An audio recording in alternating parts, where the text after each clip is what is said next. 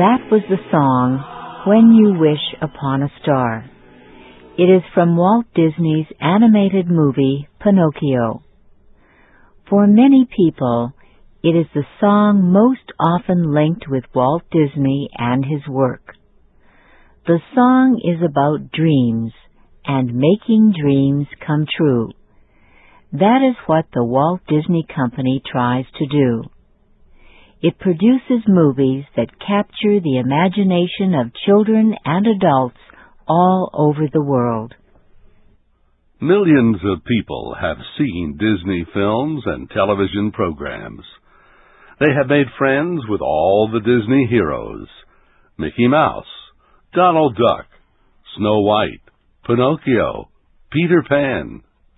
Millions more have visited the company's major entertainment parks. There is Disneyland in California, Disney World in Florida, Tokyo Disneyland in Japan, Euro Disney in France. Probably no other company has pleased so many children. It is not surprising that it has been called a dream factory. Walter Elias Disney was born in Chicago, Illinois in 1901. His family moved to the state of Missouri. He grew up on a farm there. At the age of 16, Disney began to study art in Chicago. 4 years later, he joined the Kansas City Film Ad Company. He helped make cartoon advertisements to be shown in movie theaters.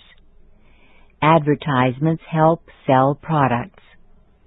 In 1923, Walt Disney moved to Hollywood, California, to join his brother Roy.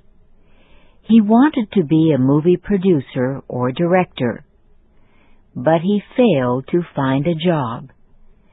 So he decided to make animated movies. In them, drawings are made to move in a lifelike way. We call them cartoons. Disney the artist wanted to bring his pictures to life. A cartoon is a series of pictures on film. Each picture is a little different from the one before. Each shows a tiny change in movement.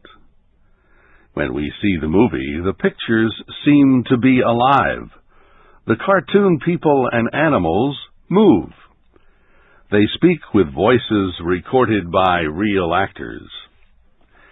Disney opened his first movie company in the back of an office.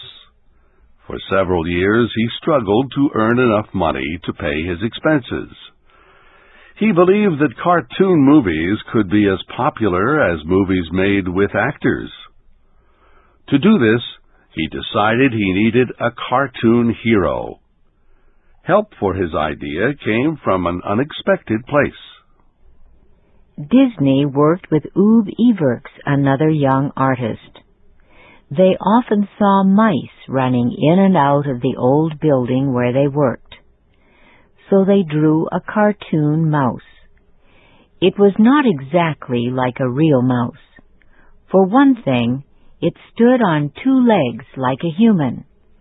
It had big eyes and ears, and it wore white gloves on its hands. The artists called him Mickey. Earlier filmmakers had found that animals were easier to use in cartoons than people. Mickey Mouse was drawn with a series of circles. He was perfect for animation. The public first saw Mickey Mouse in a movie called Steamboat Willie. Walt Disney himself provided the voice for Mickey Mouse. The film was produced in 1928. It was a huge success. Mickey Mouse appeared in hundreds of cartoons during the years that followed. He became known all over the world. In Japan, he was called Mikikuchi. In Italy, he was Topolino. In Latin America, he was Raton Michelito. Mickey soon was joined by several other cartoon creatures. One was the female mouse called Minnie. Another was the duck named Donald, with his sailor clothes and funny voice. And there was the dog called Pluto.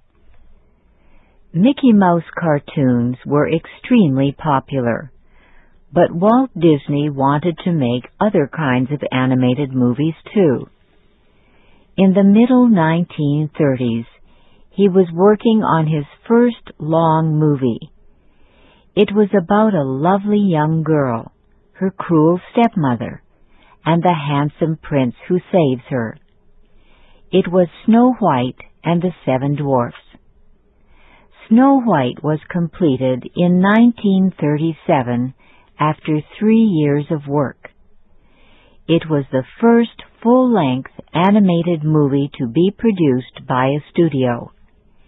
It became one of Hollywood's most successful movies. Movie experts say Walt Disney was responsible for the development of the art of animation. Disney's artists tried to put life into every drawing. That meant they had to feel all the emotions of the cartoon creatures: happiness, sadness, anger, fear. The artists looked in a mirror and expressed each emotion: a smile, tears, a red face, wide eyes. Then they drew that look on the face of each cartoon creature. Many movie experts say Disney's art of animation reached its highest point in 1940 with the movie Pinocchio. The story is about a wooden toy that comes to life as a little boy. Disney's artists drew 2.5 million pictures to make Pinocchio. The artists drew flat pictures, yet they created a look of space and solid objects. Pinocchio was an imaginary world, yet it looked very real. Disney made other extremely popular animated movies in the 1940s and 1950s. They included Fantasia, Dumbo, Bambi, Cinderella, Alice in Wonderland, Peter Pan, Lady and the Tramp, and Sleeping Beauty. These movies are still popular today. In addition to cartoons, Walt Disney produced many movies and television programs with real actors. He also produced movies about wild animals in their natural surroundings. Real or imaginary, all his programs had similar ideas. In most of them, innocence, loyalty, and family love were threatened by evil forces. Sad things sometimes happened, but there were always funny incidents and creatures. In the end, good always won over evil. Disney won 32 Academy Awards for his movies and for scientific and technical inventions in filmmaking. In 1955, Walt Disney opened an entertainment park not far from Hollywood, California. He called it Disneyland. He wanted it to be the happiest place on earth.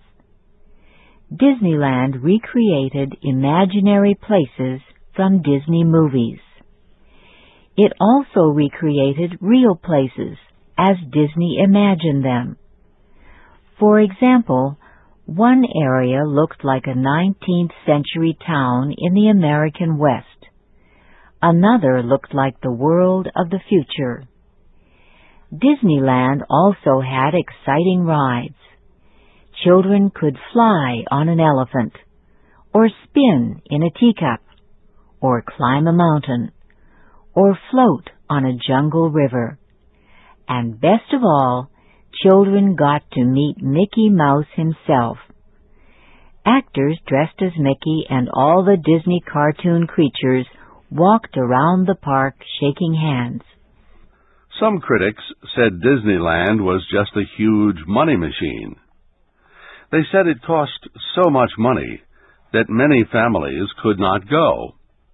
And they said it did not represent the best of American culture. But most visitors loved it. They came from near and far to see it. Presidents of the United States, leaders of other countries, and families from around the world. Disneyland was so successful that Disney developed plans for a second entertainment and educational park to be built in Florida.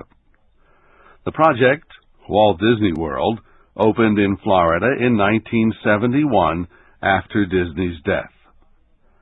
The man who started it all, Walt Disney, died in 1966.